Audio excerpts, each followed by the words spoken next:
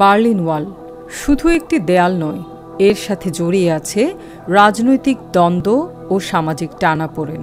এর প্রতিটি ইট এক একটি গল্পের সাক্ষী, যে গল্পের স্বাদ আজও অমলিন। আমরা অনেকেই বার্লিন প্রাচীরের নাম শুনেছি, কিন্তু কোন ঘটনার পরিপ্রেক্ষিতে এ দেয়ালটি তোলা হয় তা আমরা অনেকেই জানি না। কোথায় দেয়ালটি দেওয়া হয়েছিল, কিংবা কারা এই কাজটি করেছিল?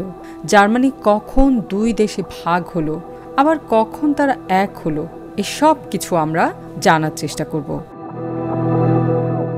এই প্রাচীরের সীমারেখার কাজ শুরু হয়েছিল 13ই আগস্ট 1961 সালে এবং 9ই নভেম্বর 1989 সালে তা আবার ভেঙে ফেলা হয়।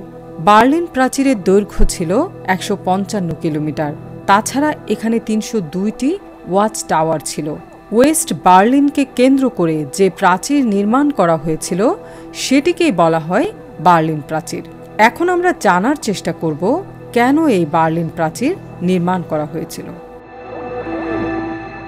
দ্বিতীয় বিশ্বযুদ্ধের পরে এই দেয়াল তৈরি করা হয়েছিল। আপনি হয়তো জানেন যে দ্বিতীয় বিশ্বযুদ্ধ হয়েছিল দুটো পক্ষের মধ্যে। একদিকে জার্মানি, জাপান, ইতালি সহ আরও বেশ কয়েকটি দেশ, আর অন্যদিকে যুক্তরাষ্ট্র, যুক্তরাজ্য, ফ্রান্স, রাশিয়া, চীন সহ বেশ কয়েকটি রাষ্ট্র। বলছি 1945 সালের কথা। বাংলাদেশ তখন ছিল ব্রিটেনের অধীনে।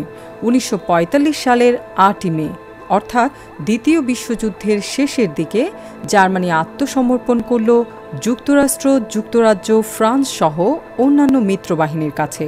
এরপর সম্পূর্ণ জার্মানি 4 ভাগে ভাগ হয়ে গেল। কিন্তু কদিন পর নিজেদের মধ্যে শুরু হলো নতুন দ্বন্দ্ব।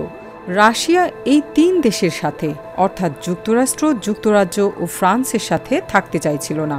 এর মূল কারণ আদর্শগত দ্বন্দ্ব। রাশিয়া অর্থাৎ তৎকালীন সোভিয়েত ইউনিয়ন হল সমাজতান্ত্রিক রাষ্ট্র, অন্যদিকে যুক্তরাষ্ট্র, যুক্তরাজ্য ও ফ্রান্স হল পুঁজিবাদী রাষ্ট্র। এই ভিন্ন মতের কারণে পূর্ব জার্মানি ও পশ্চিম জার্মানির জন্ম হল। যুক্তরাষ্ট্র, যুক্তরাজ্য ও ফ্রান্স মিলে নতুন করে গঠন করা হলো পশ্চিম জার্মানি। সোভিয়েত ইউনিয়ন একাই পূর্ব জার্মানি। এক কথায় বলা যায় ইস্ট ও ওয়েস্ট জার্মানি। ইস্ট বার্লিন হল ইস্ট জার্মানির অংশ এবং ওয়েস্ট বার্লিন হল ওয়েস্ট জার্মানির অংশ। ফলে ইস্ট জার্মানির ভেতরে রয়ে গেল ওয়েস্ট জার্মানির ওয়েস্ট বার্লিন। মূলত ঝামেলার বীজ এখানেই বপন করা হয়েছিল। অর্থাৎ রাশিয়ার অধীনে গঠন করা হলো সমাজতান্ত্রিক রাষ্ট্র। এটাই হলো ওয়েস্ট জার্মানি। এই ওয়েস্ট জার্মানির অংশ হলো ওয়েস্ট বার্লিন। দুঃখজনক হলেও সত্য যে এই দুই জার্মানির মধ্যে আরও একটি বর্ডার ছিল, যার নাম হলো ইনার জার্মান বর্ডার। এখানেই মূলত বার্লিন প্রাচীর অবস্থিত। অর্থাৎ ইস্ট এবং ওয়েস্ট জার্মানিকে পৃথক করেছে ইনার জার্মান বর্ডার, আর দুই বার্লিনকে পৃথক করেছে বার্লিন ওয়াল।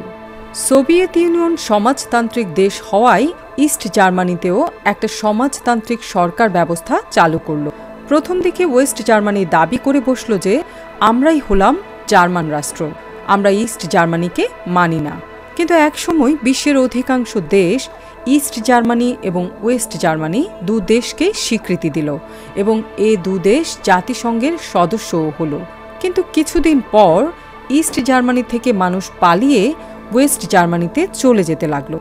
ইস্ট জার্মানিতে ছিল সমাজতান্ত্রিক শাসন ব্যবস্থা, তাই সেখানে ছিল না কোনো অর্থনৈতিক স্বাধীনতা, রাজনৈতিক স্বাধীনতা এবং ছিল না মানুষের কথা বলার অধিকার। এদিকে ইস্ট জার্মানিতে যারা থাকে তাদের আত্মীয় স্বজন ছিল ওয়েস্ট জার্মানিতে, এবং ওয়েস্ট জার্মানির লোকজনের আত্মীয় স্বজন অনেকেই থাকত ইস্ট জার্মানিতে। এ কারণে তাদের মধ্যে নিয়মিত যোগাযোগ থাকত। কিন্তু ইস্ট জার্মানি এসব মেনে নিল না। তারা তাদের ইনার জার্মান বর্ডার সিল করে দিল 1952 সালে। কিন্তু এরপরও ইস্ট জার্মানি থেকে ওয়েস্ট জার্মানিতে মানুষের যাওয়া বন্ধ হচ্ছিল। তখন ইস্ট জার্মানি একটা প্রাচীর নির্মাণ শুরু করলো ওয়েস্ট জার্মানিকে ঘিরে। এরপর এভাবে অনেক বছর কেটে গেল।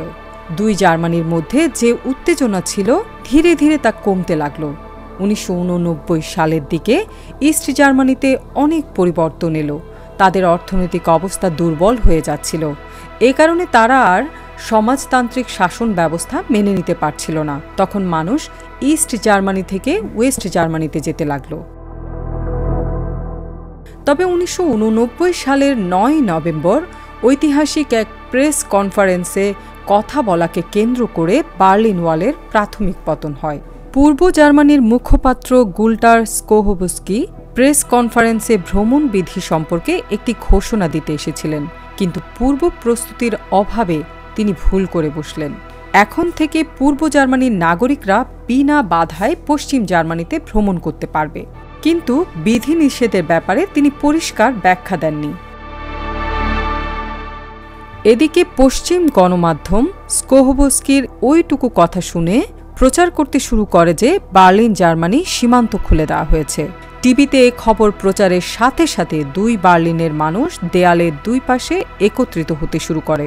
হঠাৎ করে মানুষের ঢল দেখে সীমান্তরক্ষীরা কিছুই বুঝে উঠতে পারে না। তাছাড়া এত মানুষের উপর শক্তি প্রয়োগ করার নির্দেশও পূর্ব জার্মানি থেকে কেউ দেয়নি। এর মধ্যে কিছু উৎসাহী তরুণ মিলে বার্লিন ওয়াল ভাঙার দায়িত্ব তুলে নেয়। বার্লিন প্রাচীর ভেঙে ফেলার ঘটনা ছিল দুই জার্মানির এক হওয়ার অন্যতম কারণ। এ ঘটনার 11 মাস পর 1990 সালে অবশেষে দুই জার্মানি এক হয়। এভাবেই পরিসমাপ্তি ঘটে বার্লিন ওয়ালের।